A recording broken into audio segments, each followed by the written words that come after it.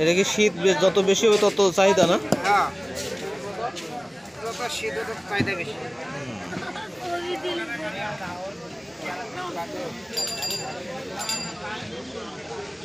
Piece কত করে? 10 টাকা। 10 টাকা।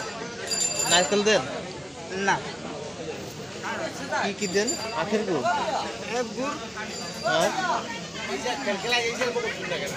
আখের গুড় আর কি? চাউলের গুঁড়া? হ্যাঁ, চালের গুঁড়া। আর কিছু না? আচ্ছা, প্রায় 10 টাকা পিস 10 টাকা। কেমন হয় বিক্রি? কয়টা বন্ধ করেন?